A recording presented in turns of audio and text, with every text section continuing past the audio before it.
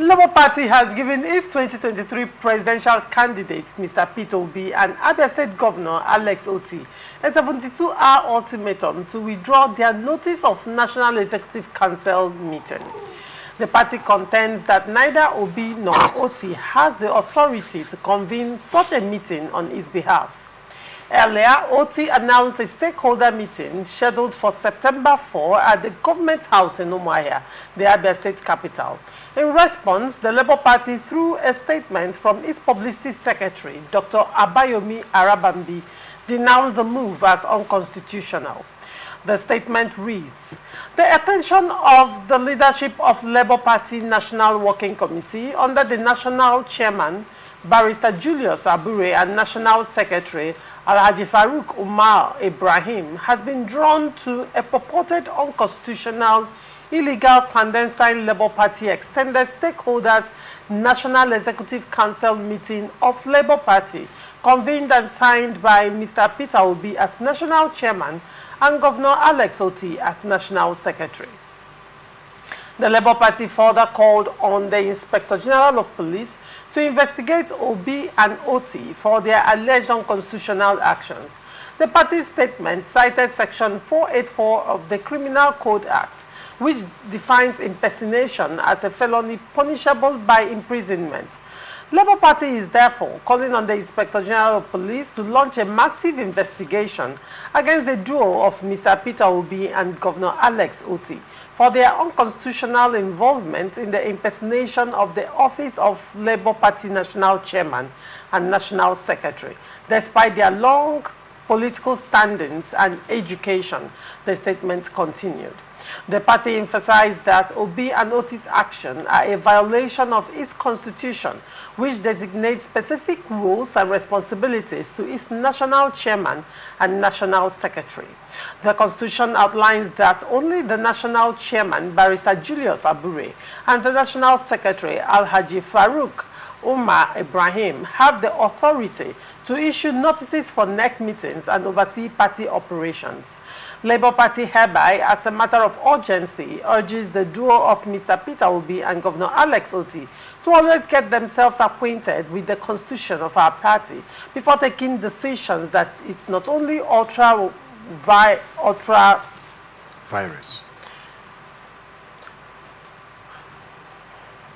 that is not only ultra-virus, irresponsible, unconstitutional, but absolutely unpardonable and a national disgrace, the statement added.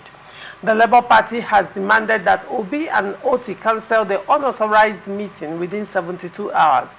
Failure to comply will result in the party filing a formal petition with the Inspector General of Police and the Director General of the Department of State Services for fraud, impersonation, and actions liable to disturb public peace.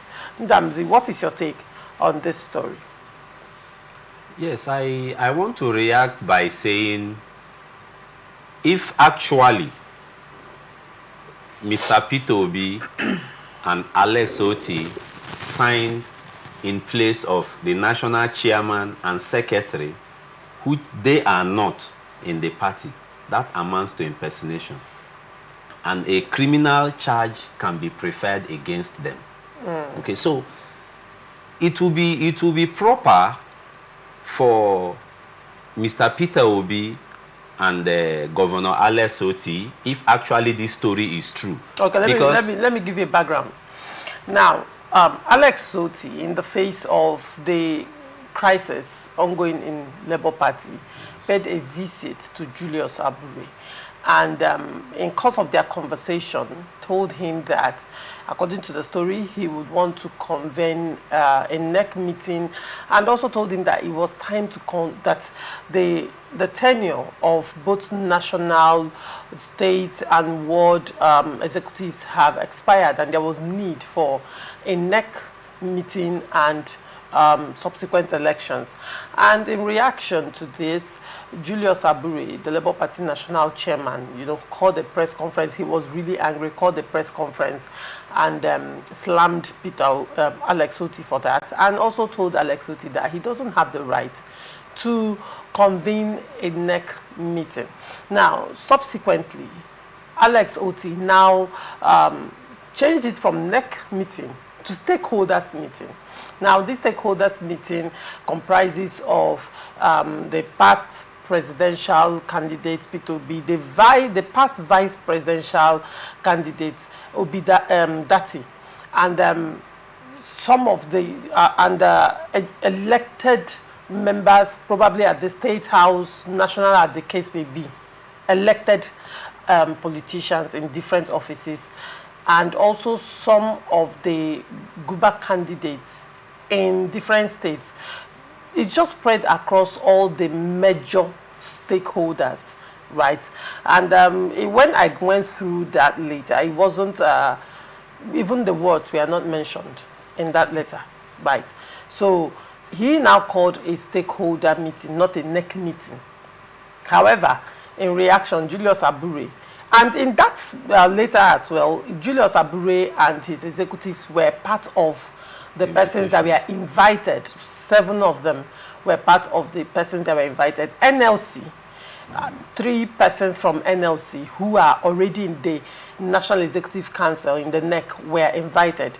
3 person representatives from TUC who were also in the NEC were also invited. So they made sure to invite representative of each major stakeholder in the party. So that's the background, and that is what led to, after the release of that stakeholder meeting by Alex Otti, P2B on his X handle applauded the move of Alex Otti and said that it was time for fences to be mended and for truth to be spoken to. You know, everybody will speak truth to themselves. So the reason, according to P2B, was for to reconcile differences and mend fences and say the truth to themselves. So that was just basically it. Okay. Thank you very much for clarifying that. But from what was read out, or what we read earlier before now, the reaction of Abure. Abure stated emphatically that Alex Otti and P2B signed in place of chairman and secretary. But from the clarification now, it is known that this is not a NEC meeting. That this is a meeting of like minds, people who believe that it is time to reconcile the differences in the party and have this unity intact ahead of 2027. Now, sorry to interject.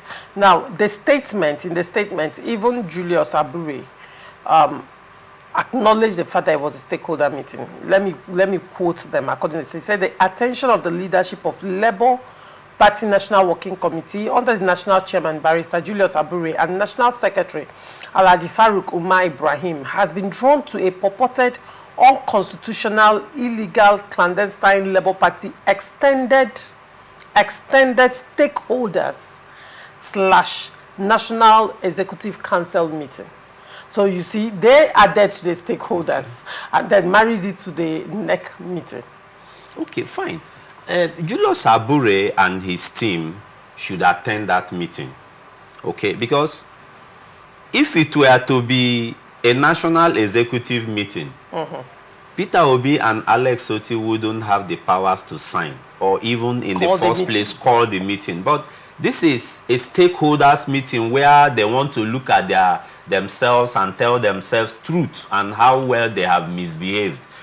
Because in resolving issues, dramatists personnel need to sit on a table, tell themselves the truth, mention which is which, and come up with a solution. So P2B, I know, is a fine gentleman with character, and I was surprised when I read that news that he signed in place of a national chairman. I became very worried, because signing where you ought not to. For example, if I raise a letter in your behalf and I sign in your behalf, I have committed a crime. I have committed a crime, and nobody, the law is so trite that nobody is above the law. P2B being a very fine gentleman we all applaud in the country, I'm very certain that he knows very well that it will be an impersonation to sign on behalf of a national chairman. So if it is just a mere stakeholders cum NEC meeting, where they want to NEC meeting, not a NEC meeting, a stakeholders meeting, I don't find anything wrong in such gathering. It's a gathering that will bring about solution in the party. So Abure shouldn't feel scared. I know Abure have been faced with lots of, accusations, challenges in the party. Possibly this move now have threatened him. So he shouldn't feel threatened. He should attend that meeting and solve these problems for the unity of the party. It's like my senior knew where I was to start from. Okay. and that is the fact that this said notice or press release from Abure and his secretary was born out of fear. Okay. Of fear of the unknown. Fear of the unknown. Yes, fear of the unknown. The truth is, Abure, this holding tight syndrome is what also is killing Abure. Labour has been emerged from one political crisis. We are done with our papa. We are not having NLC. Ordinarily, that has nothing to do with political party participation, coming into political activities. Sad because they said they were the first trustees. Members of the elected executive of NLC are members of the trustees of Labour Party. And so they own a right to the extent that they set up a committee. A transition committee rejecting the Abure's faction. Now being said, let's get it right. You didn't also remember the Okafor that said there was a judgment backing him Ma'am, let's not go into the so many troubled waters of Labour Party. Let's concentrate on what is before us now.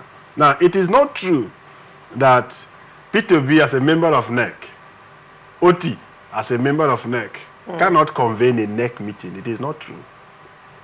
The law is the persons that have the right to do so is the national chairman communicating to the secretary of the party. But where they fail to do so within a given number of time, members of that NEC can requisition meeting.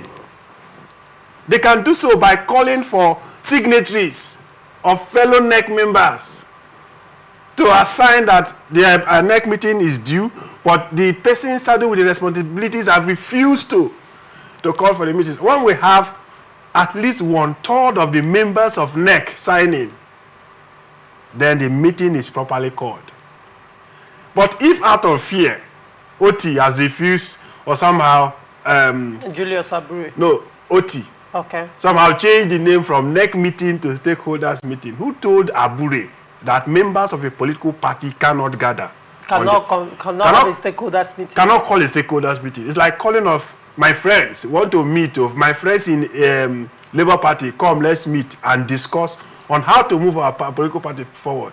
You cannot then change the name to call it NEC. The only fear I said is that the persons that the letter invited are members of NEC.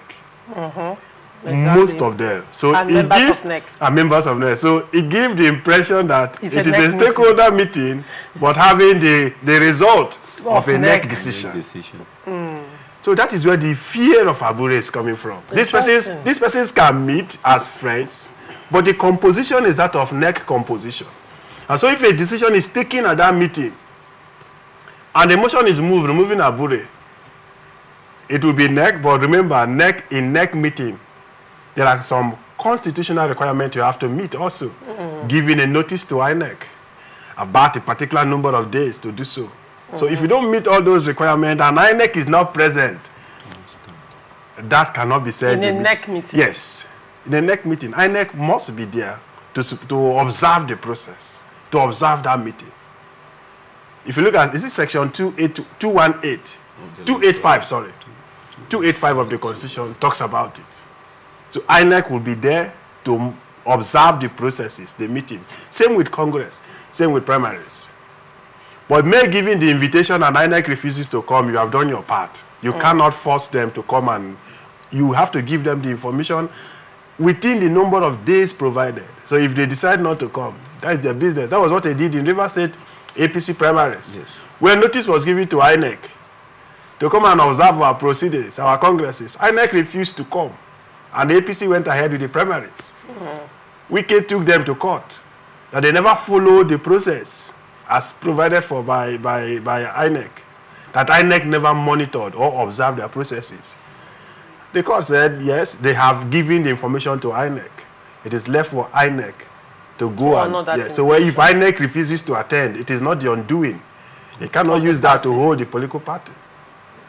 So let Abure be free to himself. Also look with it, if he's not being sponsored, because I'm beginning to say that Abure is being sponsored by some external elements to destabilize the party. Why do you say that? Because the high-handedness of Abure is something that is becoming of a concern to me.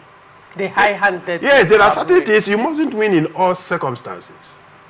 A good leader knows when to call it a quit. A good leader knows when to say, I'm sorry. A good leader knows when to say, come, let's reason together. It mustn't be my decision that you'll always prevail, even in the smallest unit we have in the families. Where you see a husband and wife, one is always, my opinion should be carried, yours should not be carried. Then there's going to be quagmire in that family. So Abure should learn how to include others in his decision making. And where if I make a suggestion, it shouldn't be seen like being opposing your views and you begin to oppress me. That has been the practice of Abure. And for him to start falling out with P2B and the only governor that they have, I think his days are numbered. Abure's days are numbered. Yes, Abure's days are numbered. It was the statement by P2B that kept Abure up to now. Remember, P2B disagreed with the convention that brought Abure this time around. So it was the statement that P2B made after that somehow allowed the sleeping dogs. Lie. Yes. So you think picking a fight with P2B, picking a fight with the only governor they have in the political party will be detrimental to himself and the executives. Very, very detrimental. So he should learn to allow other opinions to carry, but let the political party's constitution be followed. That is the point.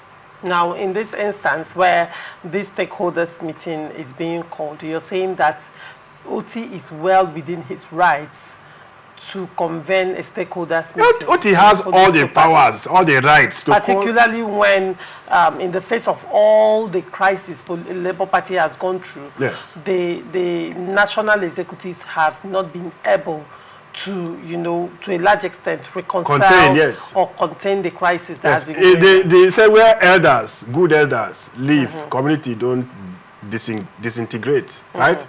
These stakeholders we are calling are the elders of the political party. Yes. These are opinion leaders. Most of them are persons who formulated whatever policies or ideologies that brought in the Labour Party. And if the executive, because they are beneficiaries, remember they are parties to this crisis. So they are the interim seem to be the beneficiaries of the crisis. And if the stakeholders are saying, no, we cannot go like this into 2025, 2027 elections. Let's start now to rebuild our house. What is wrong with that? All right.